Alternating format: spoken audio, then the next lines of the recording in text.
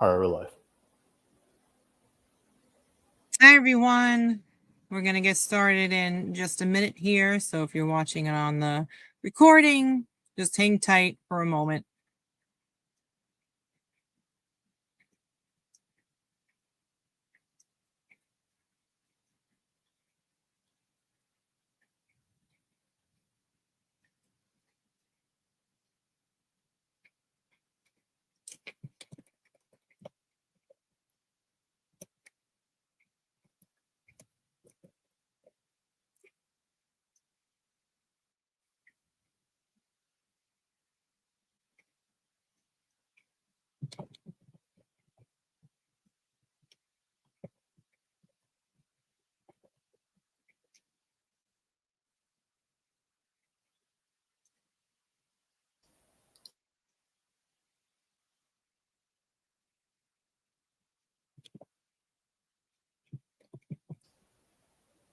You can get started when you're ready. Okay. Hi, everyone. I'm Helen Partlow. I'm an attorney at Waypoint Immigration. I specialize in NIW applications and also EB-1A, but these videos are usually always on NIW. If you did want to know more about EB-1A, you can check out Amber Davis. She's the owner of Waypoint, and she does a lot more EB-1A type of content. I tend to do more NIW type of content, but sometimes we both overlap. But just with that in mind, so we're here to talk about RFEs. So with an NIW, you put in your application, you put in your forms. If you do premium processing, they have up to 45 business days to look over your application. If you do regular processing, I feel like it keeps getting a little bit more and more delayed. So I would say maybe 8, 10, 12 months even on average. They certainly can go more than that. And there is nothing that says that they have to get back to you by even like 2 years or anything like that. So there could be, the odd application that definitely does extend beyond that. But on average, 8, 10, 12 months for regular processing. Then at that point, whether you did regular or premium processing, they either can obviously accept your application or they do more commonly an RFE, which is a request. I mean, not more commonly than accepting, but like if you're not accepted, then the next thing was most commonly is a request for evidence. So that's what an RFE is. So this is where they come back to you and they say, we accept this prong, but we don't accept these other prongs, or maybe we don't accept any of the prongs, or maybe they have an issue with your education. If you're doing bachelor plus 5 years of progressive experience, maybe they don't understand the progressive part of it. Maybe you're going with exceptional ability and they're not really buying all of your criteria or like the final merits part of that. It could be basically a question on anything. So with these RFEs, what I am seeing is they seem to be mainly talking about proposed endeavors in relation to prong 1. So your proposed endeavor is basically the foundation of this application. So the way that we order our applications is that we start off with like a little summary, a page or less, depending upon the person, just kind of talking about, again, just a summary of the person. Then we talk about what they're proposed. Oh, before that, sorry. We talk about how do they qualify? Do they have an advanced degree? Do they have bachelor's plus 5 years experience? Do you have exceptional ability? So we talk about that. More often than not, most people that we work with have advanced degree, but we certainly work with people of any kind of qualifying background. So after that, then we talk about what the proposed endeavor is. And the proposed endeavor is what your future plan is that will be impactful to America. So, I emphasize the word America because we're not looking to see, how are you helping your employer? As an employee, what are you doing to benefit your company? That's not the question. The question is, what are you doing to help the country, America, obviously. So that is where I'm seeing a lot of officers kind of jump to conclusions, or they're not reading things as properly as we're laying it out.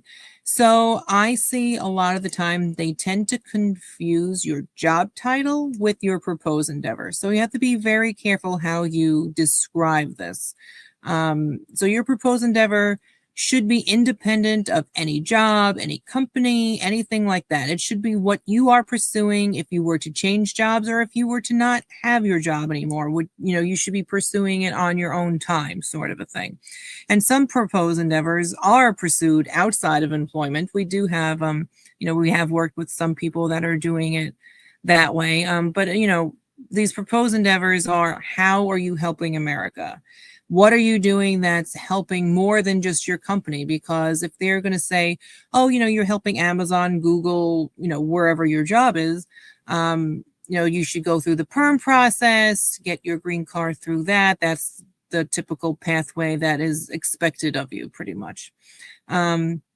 So if you are being impactful, though, in America, in a big way that America cares about, if you're helping advance our country to make our country better, more efficient, cost effective, whatever it is, more innovative, whatever it is, whatever your, wherever your impact lands, then they're saying, okay, well, you can get this special EB-2 NIW pathway because you're doing really important work that America cares about. And the officer sees it as worthwhile of you not going through that perm process, because perm can fail. It can take a long time.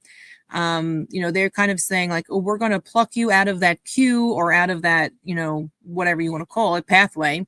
And we're going to put you on this pathway so you can get a green card quicker. Your work won't be interrupted. Your work is so important that we really want to help you further that, because ultimately America is the one that benefits from it. So that's where I'm seeing they're confusing your proposed endeavor with whatever job title is. I'm seeing things in RFEs saying your proposed endeavor is to continue as a software engineer. They're saying something like that, but that's not what the proposed endeavor is. The proposed endeavor is to help, create and implement innovative AI solutions to help, whatever kind of industry that would be applicable to, like maybe cybersecurity, or maybe doing something to help like public health system, some sort of big infrastructure.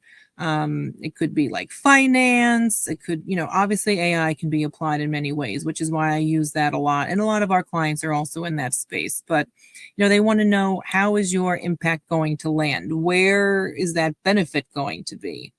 So, if you are in something like AI or data analytics or machine learning, things that kind of tend to be in multiple spaces, like, you're useful in pretty much anything, but they're going to want to know, where is that impact landing? Is that helping the public health space? Is that helping some sort of infrastructure? Is that helping some sort of economic impact? Maybe you're helping small businesses also get access to AI machine learning tools, instead of just the big businesses.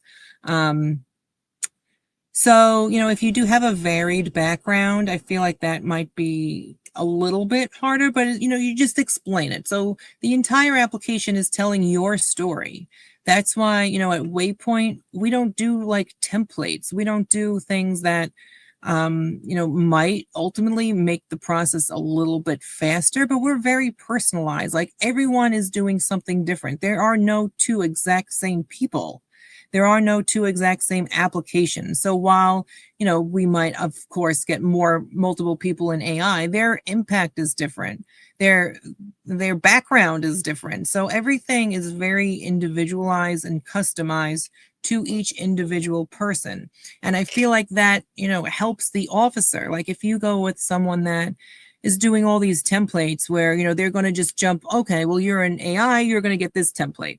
And that doesn't always work, especially these days. I feel like the officers really want to know more about how you have already been impactful beyond your company. They want documentary proof, objective evidence. And that's sometimes obviously hard for the applicants to get, but that really does make a big difference. So, obviously I talk to a lot of people, and the ones I think that are set up for the most success are the ones that start thinking about it early. So, if you've just started your H-1B or you just started, maybe you're not even here, you don't have to be here for this application. You could be anywhere in the world. I'm just saying H-1B because the majority of our clients are on H-1B, but, don't wait until that fourth, fifth, and God forbid that sixth year to think about this because obviously it's a process. It takes time to put these things together.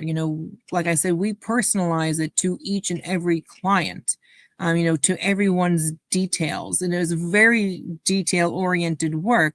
But gathering that documentation early and kind of thinking about how your work does support these things. And if it doesn't, maybe pivot in a way that would be beneficial for this application if you think that perm isn't an option for you or you want to go through this for any variety of reasons. So thinking about what documents can you save along the way, I feel like really helps someone versus someone that hasn't thought about this application at all. And now they're in like a Hail Mary situation where, oh my gosh, I need this, I need it approved right now. like that kind of a panic last minute moment because you may not be able to gather documentation. Maybe you've changed jobs along the way. And things have been different. Maybe your company was sold and now you're working for something else and you don't have access to the same database. Like any number of things could happen along the way.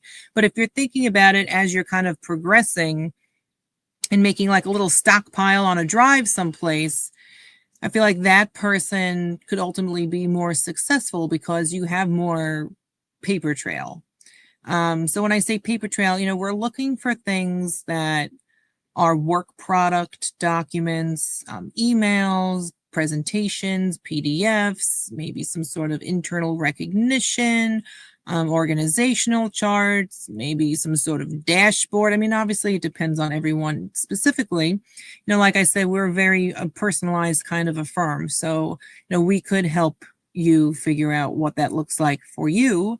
We have like a standard list that we give to everybody just to kind of know where to start. But, certainly we analyze documents along the way and come up with other solutions. But so RFEs definitely get triggered because the proposed endeavor is tied to a job, and it gets triggered because they don't see how you're impactful beyond your company.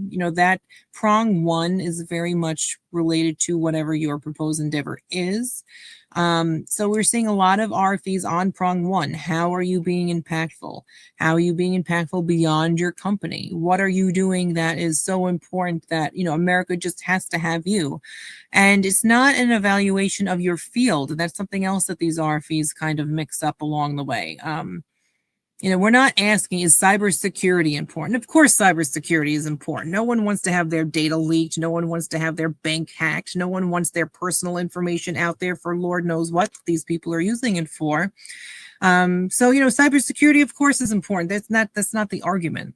The argument is, what are you as an individual doing within the cybersecurity field that's helping cybersecurity and ultimately America? Like, what are you doing to help benefit these systems? How are you helping these hackers not hack our information? How are you helping protect this information? How are you helping maybe once there is an attack, maybe you're helping on the back end, after the fact.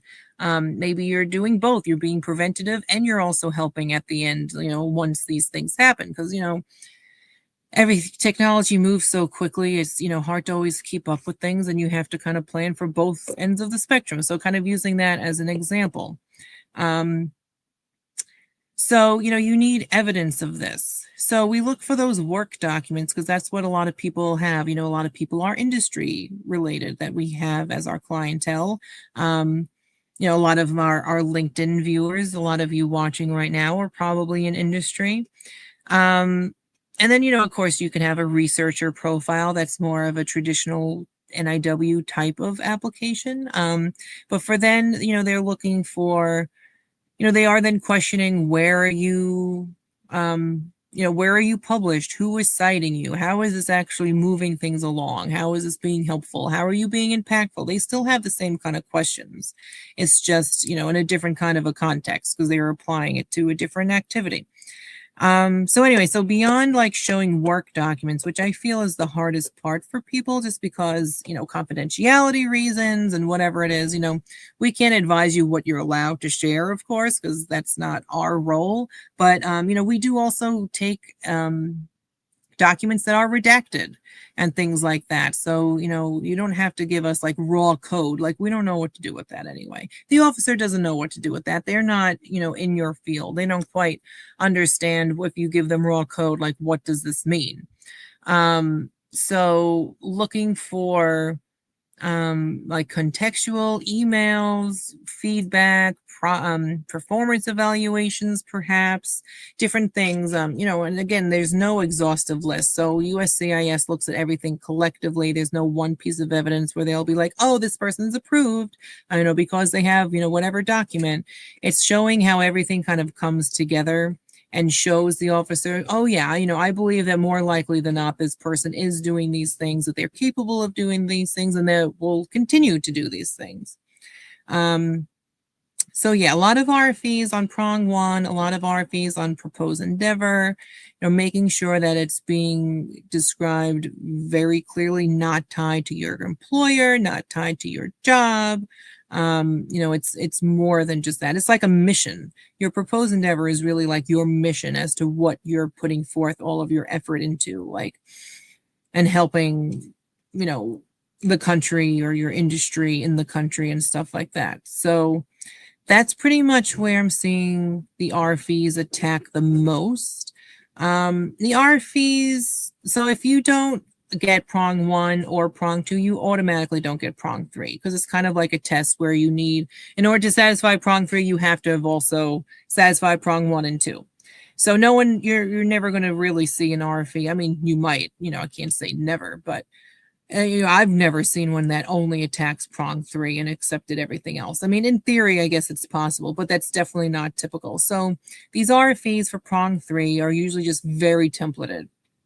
Very much like copy and paste. It would be applicable to anybody, where they're just kind of talking about like, we're not sure why this person would be benefiting America, why they can't just do perm, why is it urgent, yada yada for prong three. So for prong two, like I said, I feel like a lot of these RFEs are more critical of prong one, but prong two definitely also comes up pretty often, and they typically talk about letters.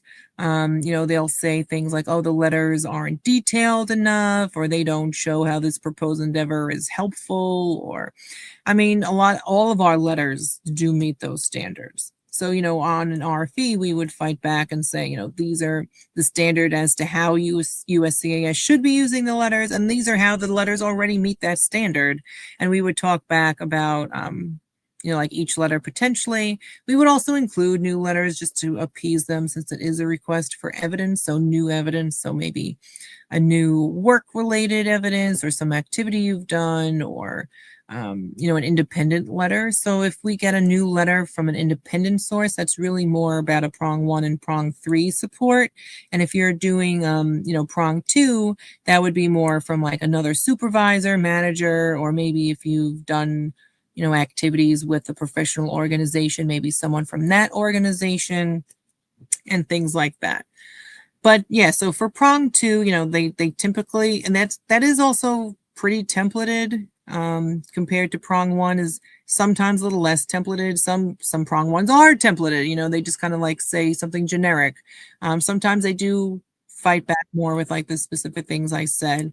Prong two, like I said, is a lot about letters. Sometimes they'll throw things in like, oh, this person doesn't have a patent, or this person doesn't have a publication and citations.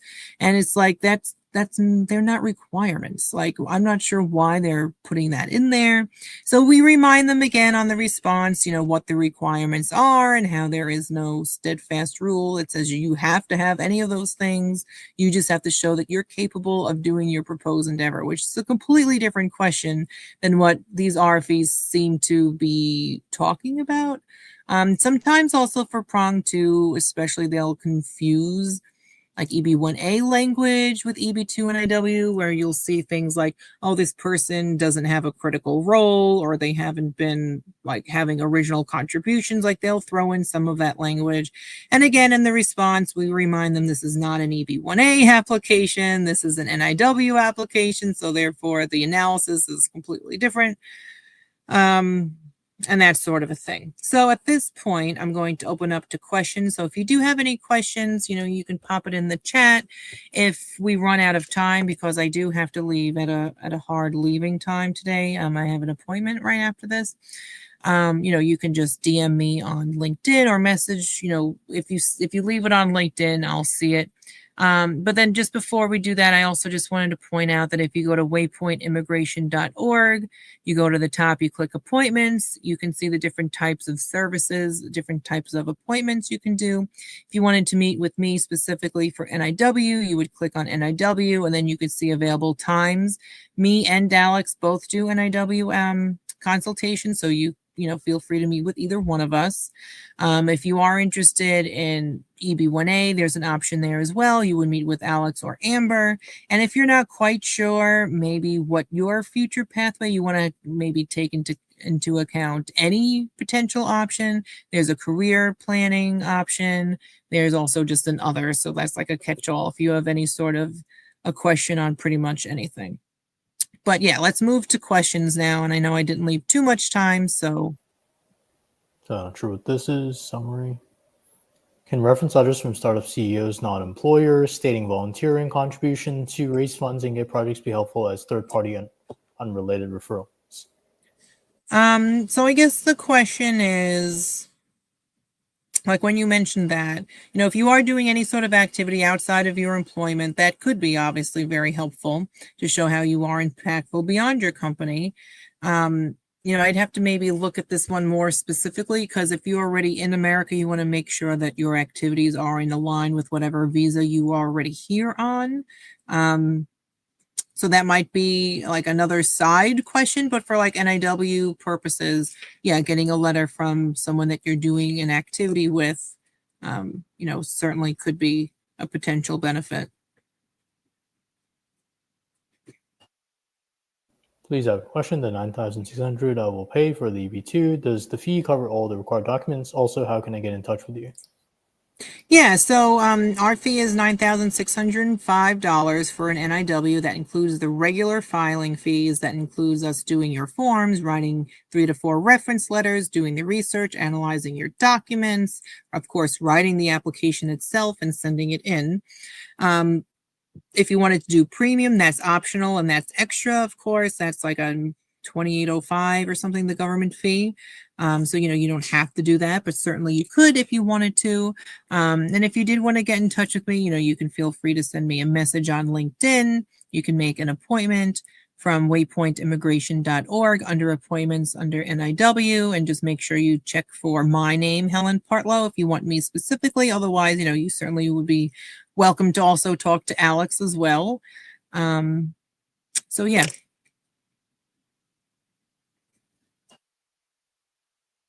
Do officers heed ResearchGate publications?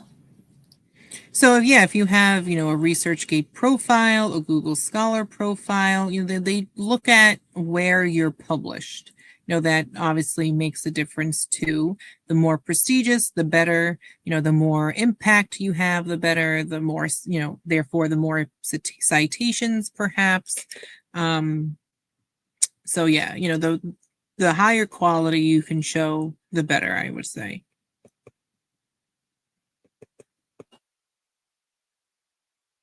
Can H-1B workers volunteer in other startups on non-pay positions to expand the startup in terms of funding, project team size? Can such volunteering acts be used in the NIW EB-1 petitions? So yeah, that's a tricky question, and I would definitely want to have like a specific consultation with you on your specific scenario. But in general, unauthorized work is definitely like a gray area and has a lot of discretion. So if what you are doing is typically paid, but you are volunteering, that could be considered unauthorized work. If you are doing things that anyone volunteers for, it's typically free. That's typically fine. That's typically not unauthorized work. But, if you have specific questions, I would definitely consider a consultation, because there is a lot of gray area with what is considered authorized or unauthorized work.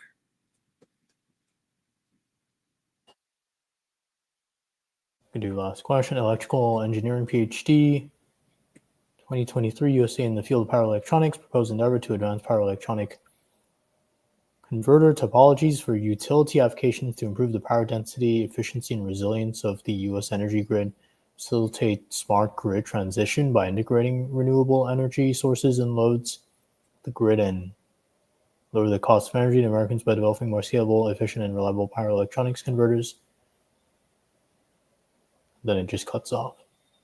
I think it says, is it too generic? I would say that's a little too all over the place. You kind of got to consolidate in like maybe one or two sentences, a strong, like, this is my overarching goal. And then you can kind of talk more about how you will do that.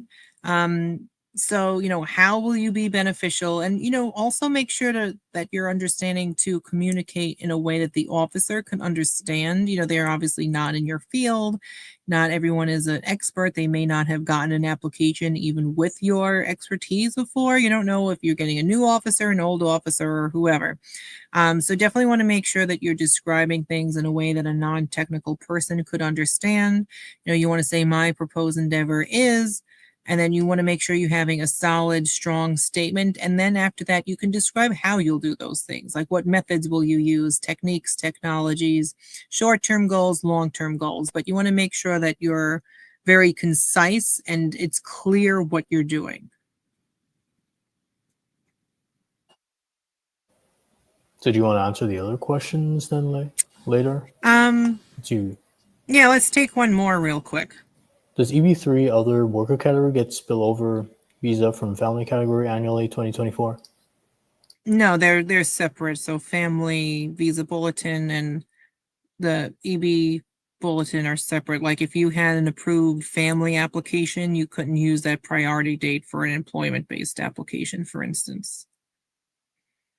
So on that end, if you leave the questions on the LinkedIn, or you can message me on LinkedIn, I'll definitely come back later and, see what's there and what has not yet been answered. But otherwise, thank you for your time. Thank you, Jason, for helping us out. Great. Thanks, everyone. Have a great day.